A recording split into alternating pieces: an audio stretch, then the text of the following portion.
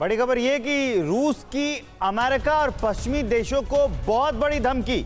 हमें छेड़ा गया तो कयामत का दिन आ जाएगा, रूस ने दी है यह धमकी। पुतिन के बेहद करीबी दिमित्री मेदवेदेव ने यह धमकी दी है। रूस को तोड़ने की साजिश रची जा रही है। मेदवेदेव का यह दावा, ये करीबी माने जाते हैं राष्ट्रपति पुतिन के।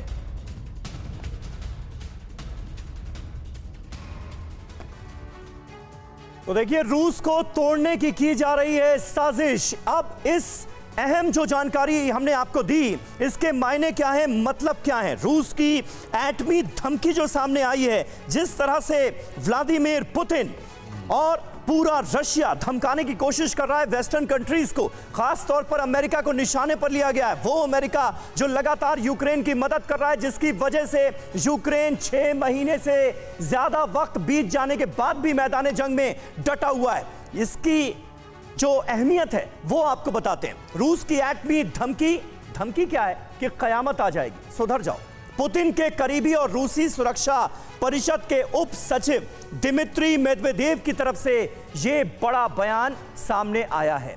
यूक्रेन युद्ध का फायदा उठाकर रूस को तोड़ने की साजिश रची जा रही है और यह हम बर्दाश्त नहीं करेंगे, यह बताया है रूस ने।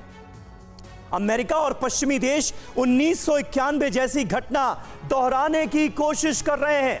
यानी संकेत क्या है, आशंकाएं क्या है, उस ओर भी इशारा है। रूस के संस्थानों को पंगु बनाने की साजिश रची जा रही है और वेस्टर्न कंट्रीज रूस को तोड़ने के लिए ऐसा लगता है कि एक हो गए। रूस को पतन की ओर धकेलने की साजिश मौत के साथ शतरंज का खेल साबित होगा, यह कहा गया है। रूस को छेड़ने की कोशिश की गई तो यह कयामत का दिन साबित हो सकता है। एक बार फिर बहुत बड़ी धमकी कह लीजिए, चेतावनी कह लीजिए, रूस की तरफ से दी गई है पश्चिमी देशों को। कहा यह गया है कि वेस्टर्न कंट्रीज याद रखें कि रूस के पास परमाणु हथियारों का जखीरा है। तो यह याद दिलाया गया है कि हम कितनी बड़ी परमाणु ताकत हैं, यह वेस्टर्न कंट्रीज भूले नहीं।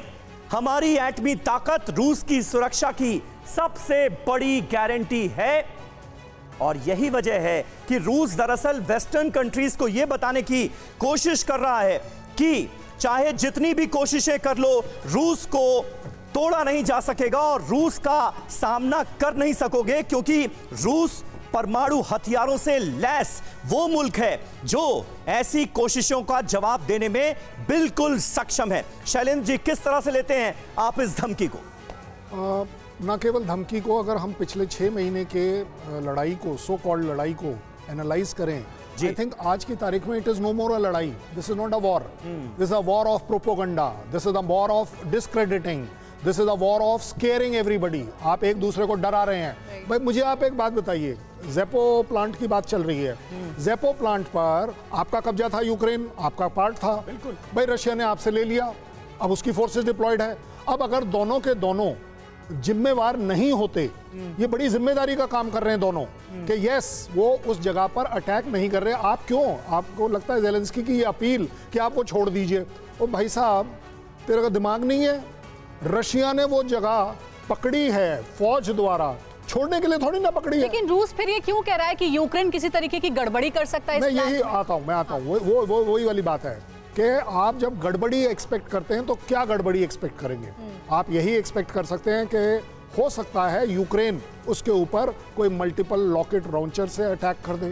फिर नुकसान तो सर यूक्रेन का भी होगा। वो एक रॉकेट हो सकता है बिल्डिंग की बाहर वाली उसको लग जाए, दीवार को लग जाए। देखिए, न्यूक्लियर प्लांट्स अपने आप में बहुत सेफ होते हैं और मुझे लगता है दोनों कंट्रीज इसीलिए एक दूसरे को थ्रेट कर रहे हैं, कर कुछ नहीं रहे हैं। ठीक है, यानी धमकाने की कोशिश की जा रही है। सिन्हा साहब 30 सेकंड में कुछ ऐड करना चाह रहे हैं। परमाणु रेडिएशन का क्या वाकई खतरा है ज़ेपो प्लांट में? मुझे नहीं लगता है, क्योंकि सेल्फ गोल नहीं कोई ना रूस करेगा ना यूक्रेन करेगा।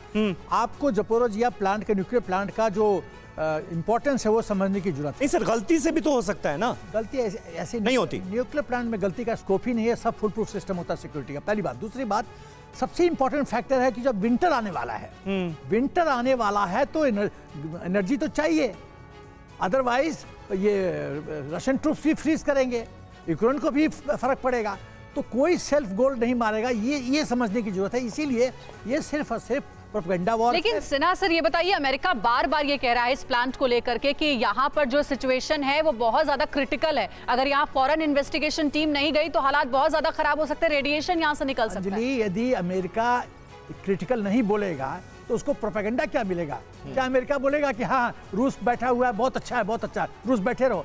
आप समझो, अमेरिका तो प्रोपेगेंडा करेगा ही, अमेरिका तो दबाव की राजनीति खेलेगा ही, अमेरिका तो रूस को एक्सपोज करने की कोशिश करेगा ही।